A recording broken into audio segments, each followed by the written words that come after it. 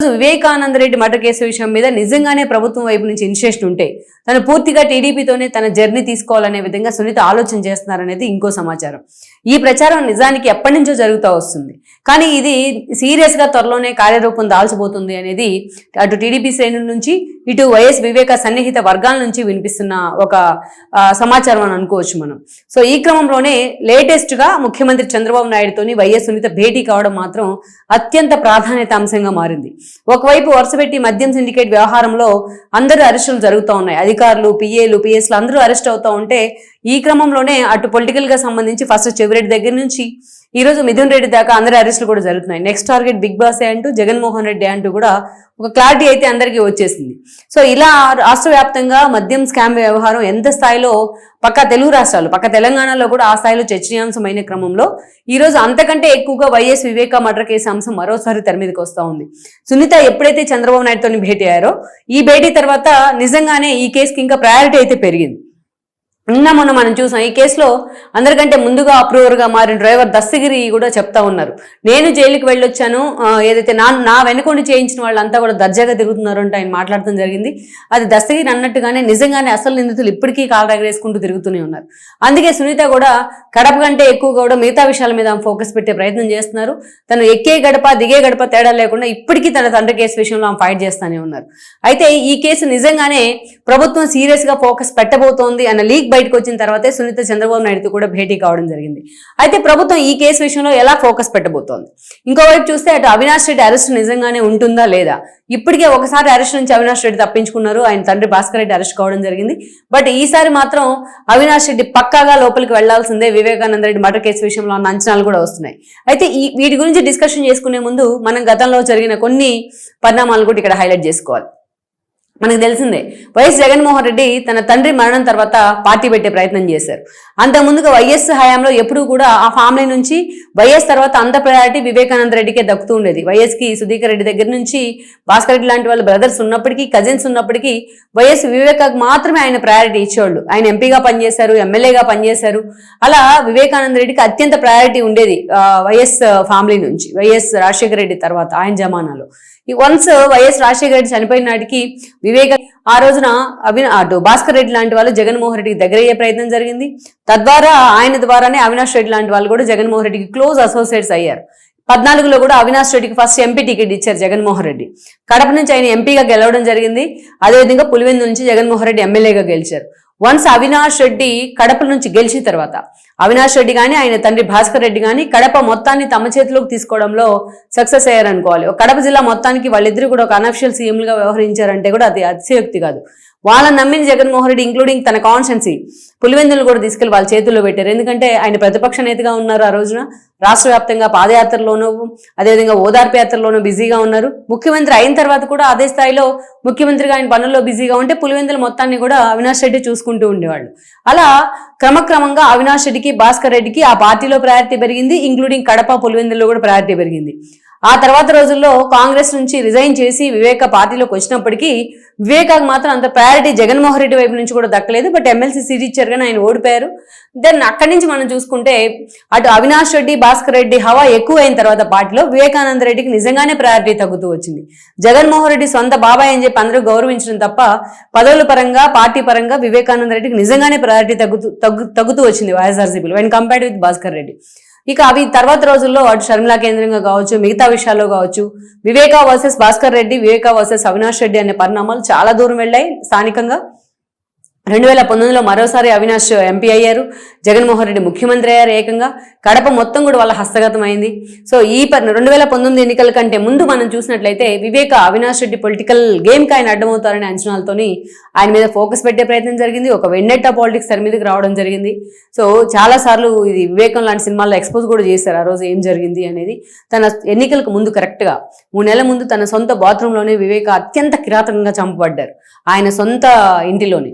So అది ఎంత సంచలనం సృష్టించింది. ఆ రోజు జగన్మోహన్ రెడ్డి తన కొన్ని ఇన్ఫ్లుయెన్స్ బీజేపీ దగ్గర ఉపయోగించుకొని అధికారులు అందరినీ ఎలా ట్రాన్స్ఫర్ చేయించారు.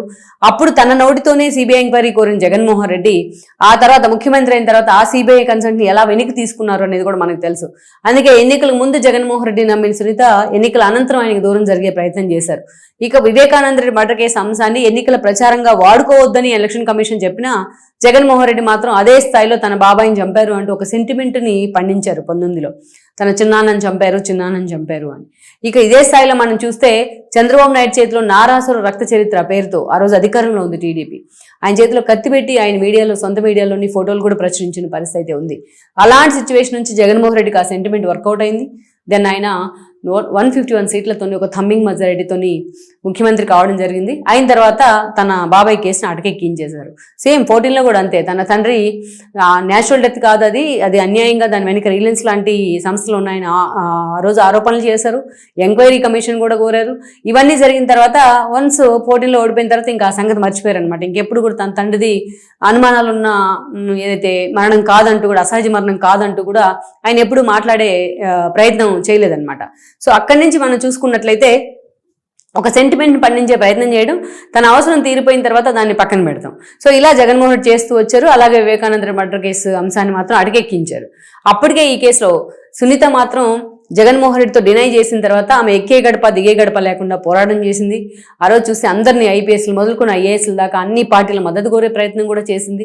ఆవిడ ఏకంగా ఏపీలో ఉన్న కేసును తెలంగాణకు కూడా బదిలీ చేయించుకుంది జగన్మోహన్ రెడ్డి అసలు స్వరూపం గ్రహించిన తర్వాత.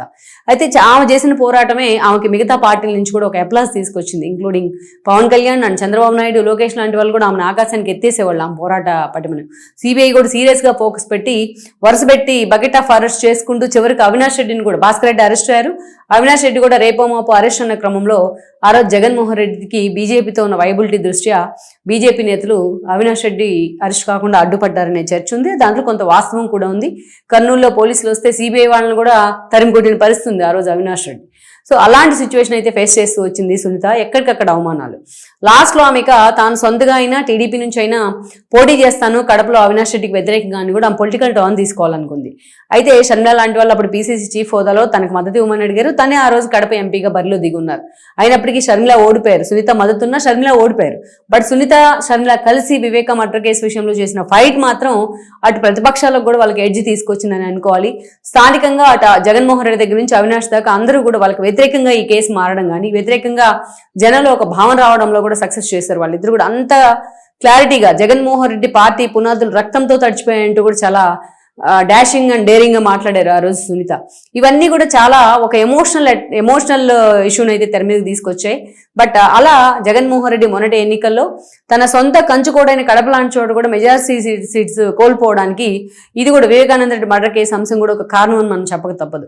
అలాంటి సిచ్యువేషన్ లో ఈరోజు కూటమి ప్రభుత్వం అధికారంలోకి వచ్చిన తర్వాత సునీత అవినాష్ రెడ్డి గెలిచిన తర్వాత పాపం కొంచెం డిప్రెషన్ లోకి వెళ్ళిపోయారు. కొన్ని రోజుల పాటు సైలెంట్ గా ఉండిపోయారు. అవినాష్ అరెస్ట్ కాకపోవడంతోనే ఆమె కొంచెం ఇబ్బంది పడుతూ వచ్చారు. ఆమె వరుస పెట్టి కూడా మీడియా ముందు అనేక పీపీటీలు ఇస్తూ వచ్చారు తన తండ్రి కేసు విషయానికి సంబంధించి. అవినాష్ రెడ్డి గెలిచిన తర్వాత ఆ షాక్ లో కొన్ని రోజులు ఉండిపోయినా మళ్ళీ అదే పోరాటాన్ని చూపిస్తూ వస్తూ ఉన్నారు. సుప్రీంకోర్టు కూడా ఈరోజు సిబిఐ తీరును ప్రశ్నించింది, అవినాష్ రెడ్డి అరెస్ట్ విషయాన్ని కూడా ప్రశ్నించింది. చాలా సీరియస్ గా సుప్రీంకోర్టు ఇన్వాల్వ్ అవుతున్న పరిస్థితి కనిపిస్తోంది మళ్ళొకసారి. అందుకే ఈ ప్రొసీడింగ్స్ సంబంధించే ప్రభుత్వం వైపు నుంచి కూడా ఈ విషయంలో ఇంప్లీడ్ కావాలి అని. సో అవినాష్ రెడ్డి అరెస్ట్ అయినా ఈరోజు అంత పెద్దగా జగన్మోహన్ రెడ్డి కోసం వచ్చి నిలబడి ఆయన కాపాడే వాళ్ళు ఎవరు లేరని అనుకోవచ్చు. అలాంటి సిచ్యువేషన్ లో ప్రభుత్వం కూడా ఈ కేసులో అవసరమైతే ఇంప్లీడ్ కావాలని భావిస్తోంది. ఎందుకంటే గతంలో చంద్రబాబు నాయుడిని చేతిలో కత్తి పెట్టి మరి ఆ రోజు జగనే ఇంప్లీడ్ చేసే ప్రయత్నం చేశారు వివేకా కేసులో. సో అందుకే చంద్రబాబు నాయుడు వైపు నుంచి కూడా ఆమెకు క్లారిటీ వచ్చిందని చెప్తున్నారు. ఇదే క్లారిటీ వస్తే ఆమె సునీత జర్నీ మాత్రం టీడీపీతోనే ఉండబోతుంది చంద్రబాబు నాయుడు. ఈ క్రమంలోనే ఈరోజు సునీత లాంటి వాళ్ళని పార్టీలోకి తీసుకోవాలని ఆయన ఆలోచన చేస్తున్నారు. దానిలో భాగంగానే ఈ రోజున సునీత చంద్రబాబు నాయుడు అంత ధైర్యంగా కలవగలిగారు, అంత ధైర్యంగా సపోర్ట్ ఇవ్వమని అడగగలిగారు. ఎప్పటి నుంచో వైఎస్ఆర్సీపీ ప్రచారం చేస్తున్నట్టు తన తండ్రి కేసు విషయంలో క్లారిటీ వచ్చినట్లయితే సునీత టీడీపీలోకి వచ్చిన పెద్దగా అభ్యంతరాలు ఎవరికి ఉండవు అనుకోవాలి. ఎందుకంటే గతంలో బీటెక్ రవి లాంటి వాళ్ళు అలాంటి ప్రయత్నమే చేశారనేది కూడా ఎన్నికల ముందు బయటకు వచ్చిన సమాచారం. సో ఇలాంటి పరిస్థితుల్లో ఈ కేసు విషయంలో క్లారిటీ వచ్చినట్లయితే సునీతను పూర్తి స్థాయిలో పార్టీలోకి రెడ్ కార్పెట్ వేసేందుకు కూడా టీడీపీ అధిష్టానం సిద్ధంగా ఉందనుకోవాలి. మరి ఈ విషయంలో వివేకా కేసు విషయంలో రాబోయే రోజుల్లో ఎలాంటి సంచలనాలు జరగబోతున్నాయి, ప్రభుత్వం అంతే సీరియస్ గా ఈ కేసు మీద ఫోకస్ పెడుతుందా అనేది ఇంకొద్ది రోజుల్లో క్లారిటీ రాబోతోంది. ఈ వీడియో మీకు నచ్చినట్లయితే please share, like and subscribe R24 Telugu.